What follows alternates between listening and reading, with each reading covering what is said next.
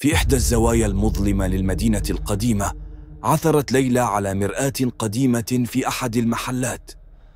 كانت المرآة تبدو عادية، لكن شيئاً ما في عيون البائع جعلها تشعر بشيء غريب، شيئاً مظلماً. عندما نظرت ليلى في المرآة، كانت المفاجأة لم تكن صورة نفسها فقط التي تعكسها، بل كانت ترى لمحات سريعة لمستقبلها، رؤية مشاهد غامضة، أحداث على وشك الحدوث، وجوه لم تعرفها لكنها كانت حقيقية، كانت المستقبل.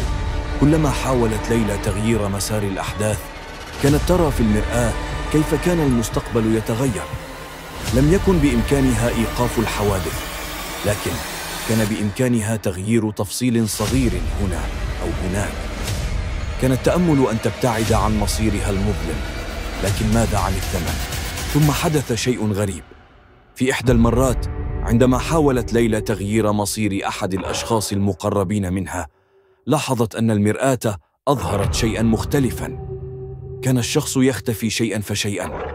لم يكن بإمكانها التفسير، لكن المرآة كانت تلتهمه. كلما كانت تحاول تعديل مسار الأحداث، كانت تفقد أكثر.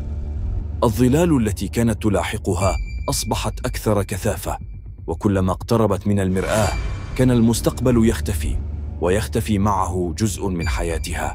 وقفت ليلى أمام المرآة وعينها لا تجد شيئاً، كل شيء اختفى. المستقبل الذي كانت تحاول تغييره، والأشخاص الذين فقدتهم، والظلال التي كانت تلاحقها، كانت قد أصبحت جزءاً من المرآة نفسها إلى الأبد. ليلى كانت في حلقة مغلقة، كل خطوة تقودها إلى نفس المكان. المرآة التي كانت مصدر الأمل أصبحت السجن. كلما اقتربت منها شعرت بأن قلبها يضيع أكثر. هل هي في حلم أم في واقع لا يستطيع أحد الفرار منه؟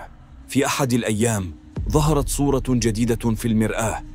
لم يكن شخصاً تعرفه، كان وجهه مشوهاً وعيناه تلمعان بظلال غير طبيعية. كان يراقبها، يبتسم ابتسامة غير مرئية، وكأنما يعرض عليها خياراً قد يحررها أو ربما يقيدها إلى الأبد. أخبرها الشخص الغريب في المرآة أن هناك خياراً واحداً، إما أن تقبل بفقدان كل شيء أو تعيد فتح الماضي، لكن الثمن سيكون أكبر من أن تحتمله. ليلى الآن أمام خيار مستحيل: العودة لمحاولة تغيير مصيرها مجدداً أو قبول واقعها الكئيب. اختارت ليلى أن تحاول مجدداً، لكن مع كل خطوة كانت تمحو جزءاً من ذاكرتها. كان القرار مريراً، لكن ألم فقدان كل شيء كان أسوأ. في اللحظة الأخيرة، عندما كانت المرآة تحترق، اختفت جميع الذكريات باستثناء واحدة. عندما فتحت ليلى عينيها، وجدت نفسها أمام مرآة جديدة. كانت المرآة نفسها، لكن الآن هي تفتقر إلى أي انعكاس. هل كانت قد نجت من لعنة المرآة، أم أن هذه بداية دورة جديدة؟ وفي اللحظة التي اعتقدت فيها ليلى أنها قد هربت من اللعنة، عادت تلك الابتسامة المشوهة في المرآة.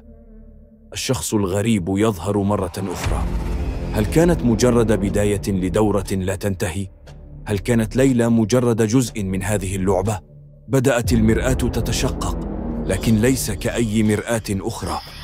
كان هناك شيء بداخلها، يد خرجت منها ببطء، يد بشرية مشوهة مغطاة بالظلال. كأن المستقبل نفسه قرر ألا يبقى حبيس الزجاج بعد الآن. ظهرت ليلى داخل المرآة، لكن لم تكن هي. كانت نسخة منها مشوهة أكثر هدوءاً، لكنها تبتسم. لم تكن مجرد انعكاس، بل كانت شخصاً آخر، نفس ليلى، لكن من مستقبل آخر، ربما من واقع تم حذفه. حاولت ليلى الابتعاد، لكنها فشلت. كلما حاولت أن تهرب، كانت النسخة الأخرى تقترب. ثم في لحظة خاطفة وجدت نفسها داخل المرآة، وكانت الأخرى خارجها تنظر إليها وتهمس. كلما حاولت تغيير مصيرك كنت تصنعينني أنا. خرجت ليلى الجديدة إلى العالم. كل شيء بدا طبيعياً، لكنها لم تكن نفس ليلى.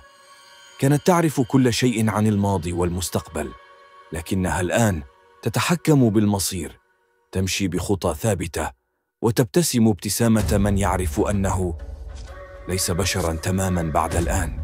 وفي زاوية أخرى من المدينة ظهر نفس المحل، نفس المرآة، وشخص آخر يقف أمامها يمد يده ليلمس الزجاج. لم يكن يعلم أنه لا يرى مستقبله بل يرى نهايته.